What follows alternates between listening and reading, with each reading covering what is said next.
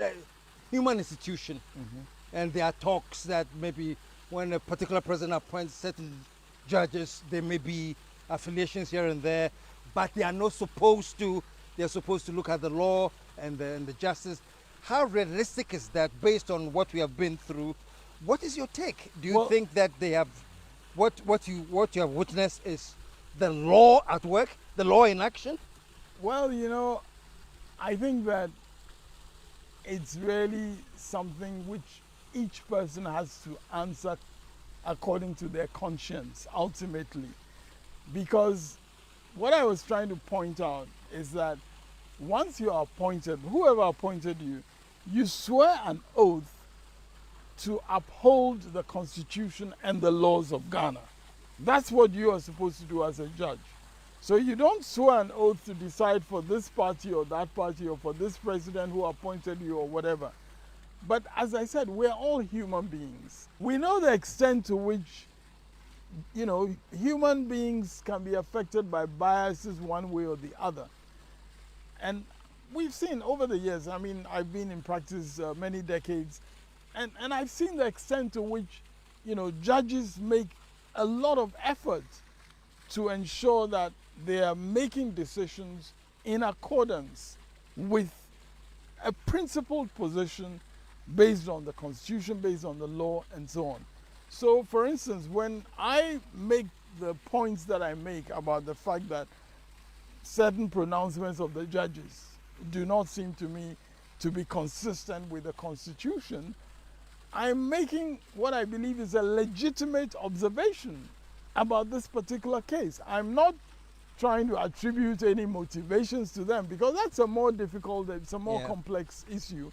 But in terms of my simple observation about what the role of the chairperson of the Electoral Commission is, what she actually did, and what the consequences of what she did are for the country, I must honestly tell you that there are many problems with the decision that the judges gave, last week, because you do have this situation where even the counsel for the Electoral Commission actually questioned Mr. Betulnunu and said, you were waiting for 3 hours in the secretariat of the chairperson of the Electoral Commission, which means that she had not been there for 3 hours before the time when she was supposed to come and declare the election. Where was she? We are entitled to ask. Where was she in those 3 hours? She then comes back to the office, has a meeting with Mr. Betulnunu, in which Mr. Betulnunu is raising some important concerns, and then she asks, or she requires Mr. Betulnunu and his other colleague, Dr. Kwesa White, to go and talk to their candidate. By the time they get to their candidate, she's already on air making a declaration. So when did she do the work that she was supposed to do as the basis for making a declaration? It didn't happen because all the evidence that was before the court showed that she was barely in the strong room over those 2 days after the election, the 8th and the 9th. Unless she was doing the work somewhere else for the 3 hours. We need to know that. We need to know that because the legal requirement is that she should do it in the National Collation Center. That is Regulation 4410 of a constitutional instrument which she herself signed, CI 127. So she can't do it somewhere else, and well, there were 3 hours. So according to her own counsel, yeah. not even, Mr. Betulnunu said he waited for a significant time. It was her own counsel who said, you were there for 3 hours. and that itself actually undermines the case of the Electoral Commission even more significantly. And yet none of that was taken into account. And what I'm insisting is that these are matters of law and of the Constitution, because ultimately we cannot have in this country a president who is there without having received 50% plus of the valid votes cast in an election. That's just a no-no according to the Constitution. And I believe we've had many elections over the years. Even in this Fourth Republic alone, we've had election upon election. We've had different, chairpersons of the Electoral Commission, Dr. Farijan. We've had Charlotte Osei. I mean, at no point have we had to face this situation where numbers are announced, then the person who announced them herself doesn't come and say, oh, I'm sorry, I need to make a correction of those numbers. And I, did not quite read something right or whatever. No, some press release is issued without a signature, and the numbers in the press release are themselves different from both the numbers she pronounced and also different from the numbers that the judges used to make their decision. That's not a great place for Ghana to be in. And if I were to be announced as victorious on account of ever-changing numbers, I would be very concerned about my own situation. So,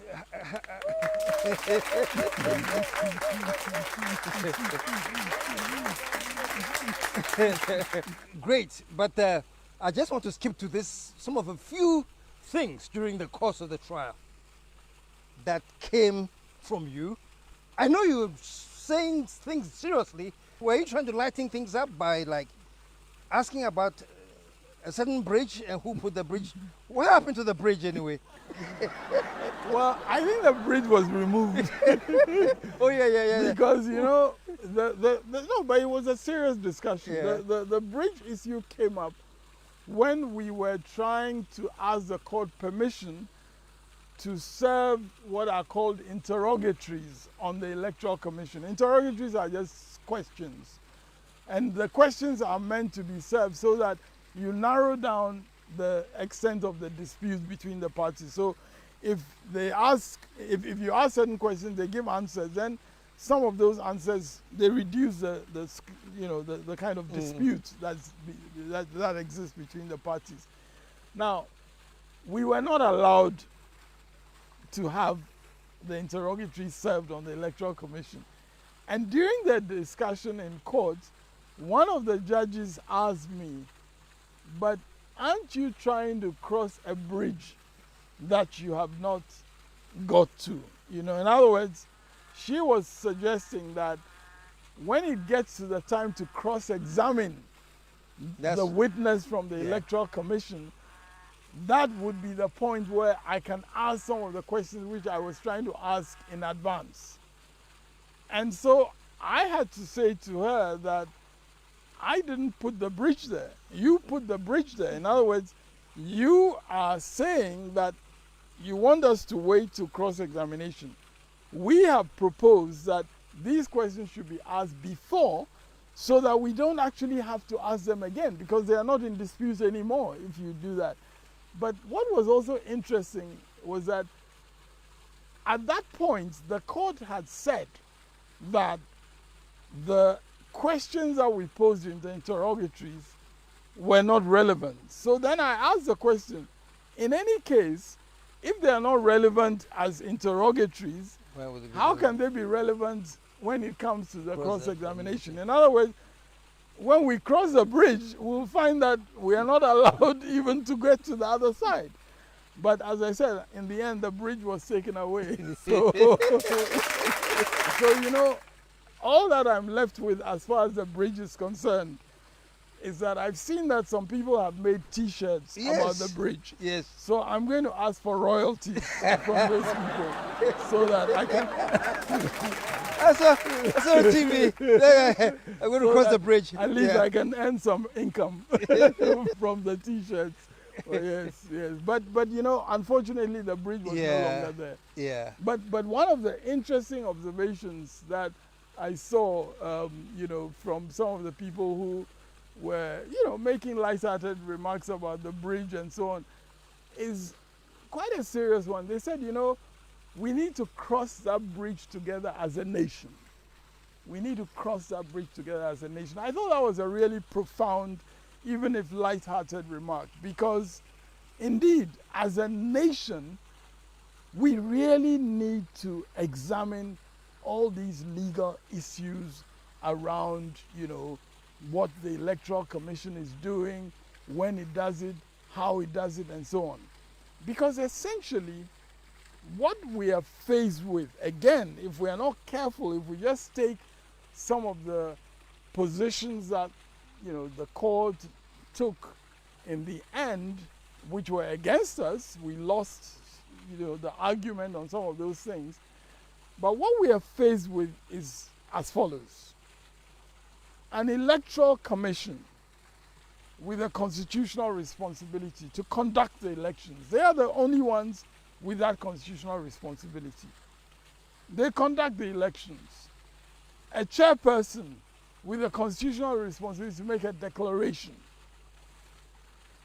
When it comes to asking them questions about what they did, especially for the purposes of a court setting, we can find ourselves completely disabled from asking questions. You know, in 2013, in the electoral petition in 2013, interrogatories were served on the Electoral Commission. They were allowed to be served on the Electoral Commission. And the Electoral Commission provided answers to those interrogatories. So that was a precedent from 2013. We relied on that precedent. And you know what the court said? At the time we made that argument, the court said, in this case, because we have a short time duration for the hearing of this petition, we're not going to allow this preliminary process to take place. Now, the new rules that they cited, which set the time frame for this petition, those new rules do not say that you cannot have interrogatory. They don't say that. They don't also say that because we have a short time, those preliminary processes are no longer part of the normal legal process. But the court came to a decision that we are not going to allow that.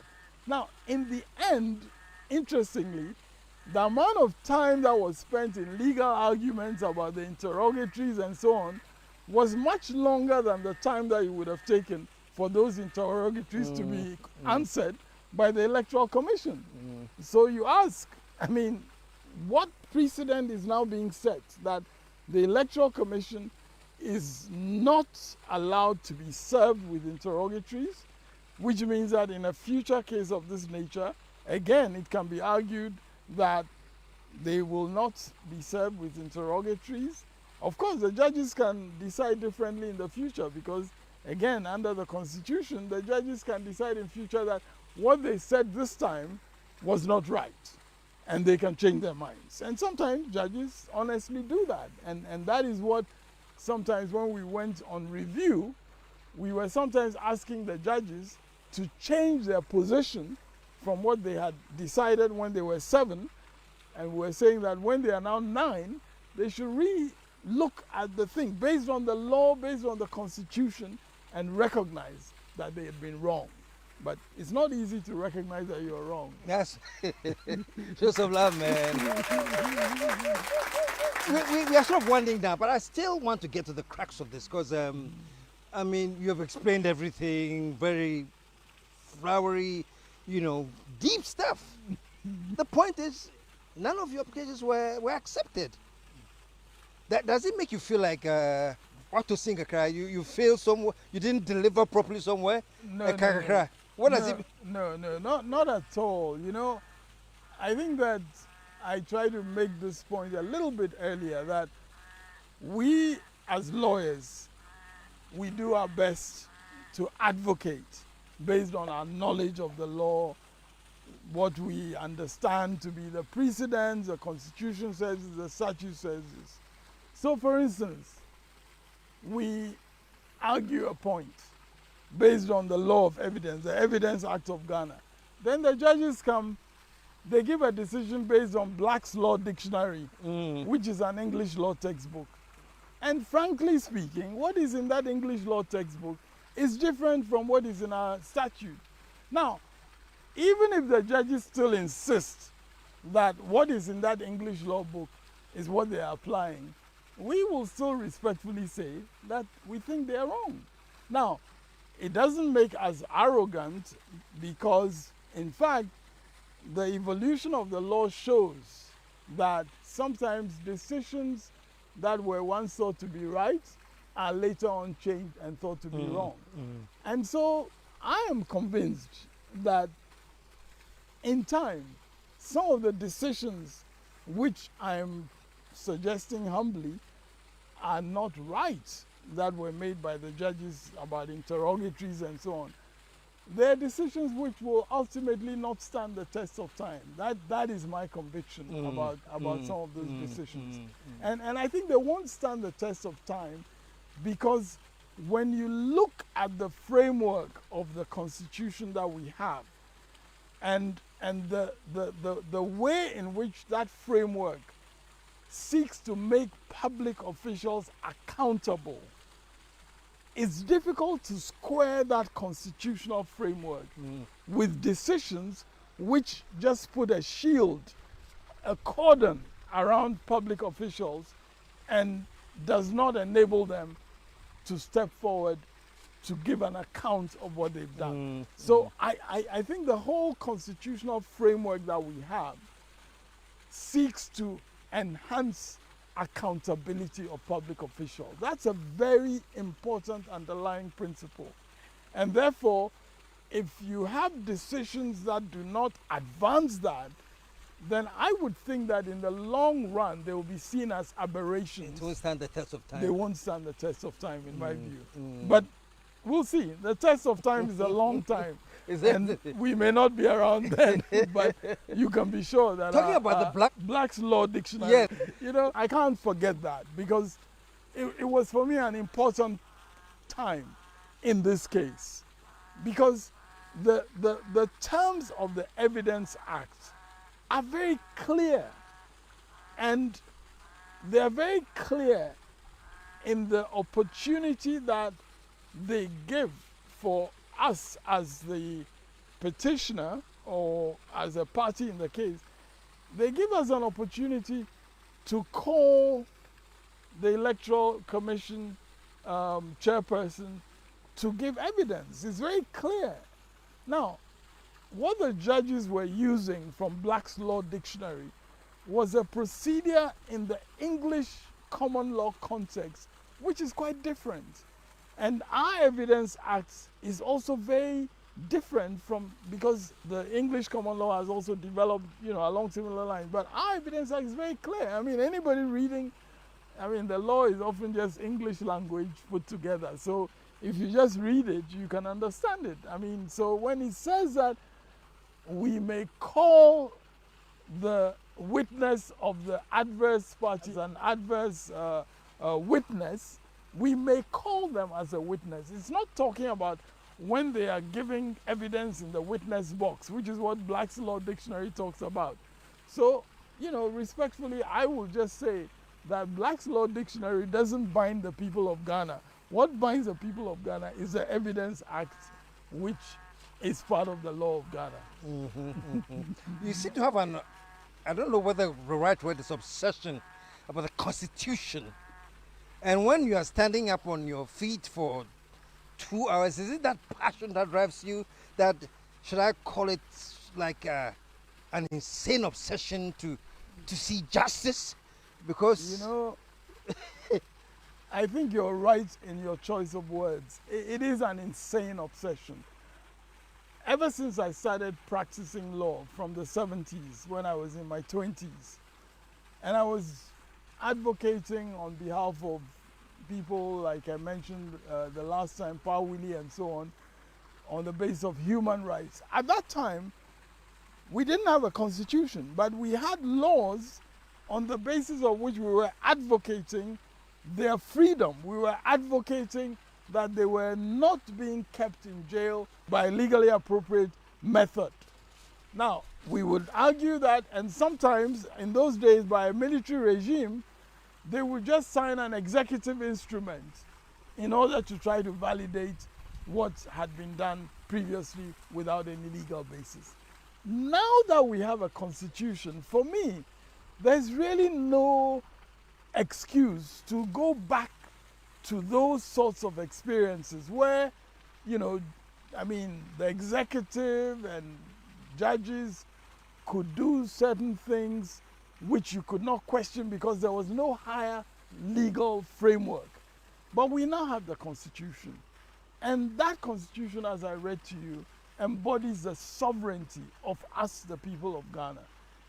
Not only does the Constitution embody the sovereignty of the people of Ghana, but what the judges are doing, which is administering justice. The Constitution again tells us in very clear language, Article 1251, justice emanates from the people and shall be administered in the name of the Republic by the judiciary, which shall be independent and subject only to the Constitution. So again, you get the point I was making earlier, that these judges are supposed to be independent of whoever appointed them, subject only to the Constitution. And so when I advocate on the basis of the Constitution, that is because for me, that is what the judges are ultimately subject to. And I find it important to bring that to their attention in as forceful a manner as possible. So if a 70-year-old stands up for 2 hours on that basis, that's because he is energized by the Constitution. Energized with the Constitution. Let me just flip it just for a second in our dying minutes. Let's say it's the NDC in power. We have gone through the election and the numbers have come up and they seem like what you're saying now, not too understanding, a little bit, and it favored the NDC. Would you crusade like this and still fight and say this is wrong? Absolutely. Absolutely. Absolutely. I can tell you. The passion, the insane obsession, as you rightly described it, that I have for the protection of the Constitution would make me insist that the right thing should be done. No question about that. And really, I do want to illustrate this by something real in my life and in the life of my family. After all that I went through in terms of, the decision to throw me into jail and so on, after all that, which I knew was not in accordance with the Constitution, was not legally right and so on, and I was fighting and my wife was campaigning on my behalf and so on. When President Mills became president of Ghana, I can tell you one of the first conversations that my wife and I had with him, and may he rest in peace, and I'm sure he will not mind my talking about this publicly. One of the first conversations we had with him was when I was saying to him that, what happened to me should not happen to anybody. And I would not like to see that happen under his regime. I would not like to see that happen. And you know what my wife added to him? My wife said to him, and in a respectful manner, but in a firm manner, he said, you know what? If that happened to anybody, I would be in the streets campaigning against you if it happened to you. And truly, I think that is a common insane obsession that we have. Because we have that in common, eh? Yes, we have that in common. And I think that has driven a lot of my life in the legal sphere. I do have a commitment to not only seeing the Constitution enforced and applied in every way possible, but also an obsession about human rights. From those earliest days in the 70s, the cases that I was advocating for were about the rights of people. And those are perspectives that I have never lost sight of. So for me, being a lawyer is not really just like a day job or just something you do to earn a living. Being a lawyer is also about having a sense of mission in the profession that, God has enabled my talents to put me in. God has endowed me with talents. I'm in a certain professional context.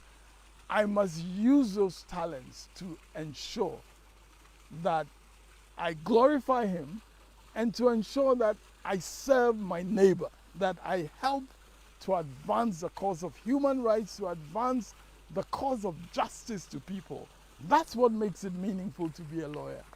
Put your hands together, man. Well, so sad that I can go on for another 3 hours, but I can't, Chachu, because our time is sadly up. But I think the case has been made, and I like that conclusion that people should go into their own deep selves and reflect, let their conscience guide them. And I have no doubt that perhaps, a precedent has been set whereby future judges may take another look at this. Well, it's not only future judges who may take a look. Ultimately, it is us, the people, from whom justice emanates, according to that constitutional principle. So, we as a people, in whose name decisions are being made. And fortunately, these proceedings were aired live, and people were watching, and they were hearing the legal arguments. Yeah. And they were hearing, what lawyers on all the sides said, and ultimately what the judges decided. So ultimately, we also have a role in terms of how the justice... waiting for judges in some future to decide, but as a people, yes, we also have a certain role to play. We do. In we absolutely do, and that is why it is also important that the people cannot be gagged in their discussion of judicial decisions. The people in the media, ordinary people having a commentary, even making T-shirts about the bridge. You can't gag the people in terms of their own experience of decisions of judges. Of course, they must not be insulting. They must not just, do scandalous, say scandalous things and all that. But beyond that, the people ultimately are the arbiters of our own destiny. And we're the arbiters of our own destiny, whether it's to do with judicial decisions or to do with whom we elect. And of course, when we elect, we hope that the declaration will reflect what we elect. But that's part of what the people will continue being engaged with, and nothing can stop that. Show some love, man. Show some love, man. Oh, my goodness. And on that note, man, I'm glad I put you on the stand because, man, I was cool with that. You're cool with being the stand. You just spoke nothing but the truth. You're free. The truth shall make you free. The truth shall make you free. And so thank you very, very much for your second appearance. I'm sure one time we'll do another third one. I don't know. I'd like to have you and your wife together, maybe one day. I don't know.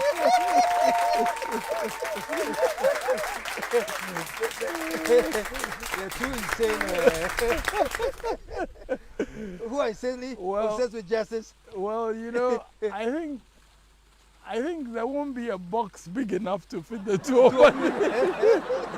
But we can try. We'll try. We can try. Okay, folks, we come to the end of Tsatsu in the Box. You heard him, and he came into the box to explain basically what he has gone through and what his interpretation is of the judgment that we have all seen. And he ended on some very, very, very important things, that we are the arbiters of our own future, of our own decisions. And so let's use our conscience as a people, because it is protected in that constitution. Okay, so as we close from Tsatsu in the Box, I want him to declare to the whole nation respectfully that, Tsatsu, We're out of here.